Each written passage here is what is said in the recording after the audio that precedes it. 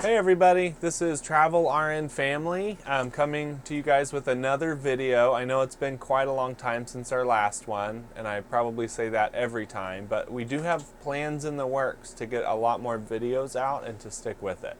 So we're just going to kind of dive right in to give you guys an update of where we are now, where we've been since our last video, and what's going on in our lives today. So just to recap, I am a traveling OR CVOR nurse. We've been doing this now for 2 years, traveling full time with my wife and 4 kids. Currently, and where we're recording right now, we're in a 1965 renovated Airstream travel trailer that we pull with our Ford Expedition. Because we do have 4 kids, we do have a SUV that we travel in as opposed to like a truck and fifth wheel. It just makes it easier on us. It's more comfortable. Okay, so where we've been. Last time, our last video, we were in Sacramento, California on contract there. Since then, we have traveled to LA. We took a 13-week contract at the VA. Actually, it was 16 weeks. It was a 16-week contract at the VA of Greater Los Angeles, where we were staying in an apartment in Santa Monica. We'll do a whole video on LA, Santa Monica, and our experiences there and working at the VA, and what that process was like getting hired on with the VA, and kind of the benefits of why traveling with the VA was good for us at that time and why we still do it now. Not all the time, but we do take one contract a year, at least that's our goal. So after LA and Santa Monica, we took a contract in Dallas, Texas, where I was actually canceled after about 9 weeks. So with COVID going on, they did the ban on elective procedures, and the hospital I was at just couldn't justify keeping me on contract. So as a family, we kind of discussed what we should do after that, if we should jump on another contract right away, if I should take a COVID contract somewhere and leave the family behind. But as a family, we just decided not to do that. Instead, we took a month off. We took a road trip into Tennessee in the mountains. We did that for about 2 weeks, and then the other 2 weeks we decided to do some more renovation work to our Airstream. Yeah, so our Airstream is still work in progress. We're going to do a whole nother video about that. It is a 1965 Overlander. We'll go through in another video kind of some of the things that we did to make it fit us, some of the storage ideas, things of that nature. But again, we'll go over that in another video. We'll also talk about why we decided to get an RV and why we're not going to be traveling in it year-round. More so that we'll take 2 contracts in the RV and 2 contracts or so in an Airbnb or VRBO, and why that works for us. So obviously we can't talk about nursing or travel nursing as a whole without addressing the elephant in the room, COVID-19. When COVID-19 initially hit, we were, like I said, on contract in Dallas, Texas. That hospital could no longer justify keeping my contract because I'm an OR nurse and elective procedures were canceled.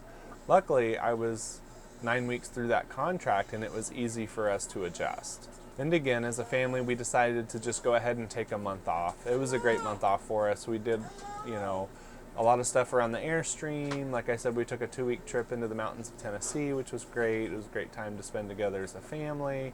And that's really one of the biggest benefits of being a travel nurse, especially with a family, is you can sit down and have those discussions of, things are changing. Maybe we should just take time off, be together as a family, just really reset our clocks and, take a break. Which brings up a really good point. It's really important if you do decide to travel as a nurse and travel as a family. It's things like this that make you sit back and remember, why you need to have an emergency fund, why it's important to go ahead and stock away some money from these larger, bigger contracts. Because as a travel nurse, that's one of the biggest benefits is you're going to make more than you would if you were a staff nurse. But because of there's always an inherent risk of cancellation, so it's important to stock away at least 3 months of expenses for instances like this. And where you can also just say, hey, you know what, we don't want to take a contract right now. It's not the best time for us. Why don't we just take a road trip, or let's take a month off. You can do that a lot easier when you have that money set aside to do that.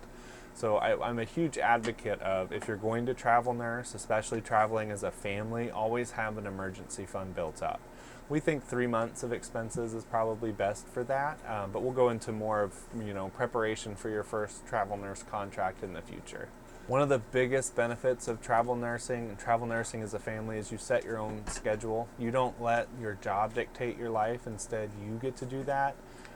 So again, huge benefit to travel nursing. COVID hit, contract was canceled. We weren't strapped for cash. We decided, hey, let's just take the time off. Which brings us to where we are now. We're actually in Buffalo, New York. We decided to take a contract after our time off in Buffalo, New York. We're close to Niagara Falls at this current campsite that we're in now, which kind of begs the question. In order to get here, we went from Dallas, Texas to Buffalo, New York.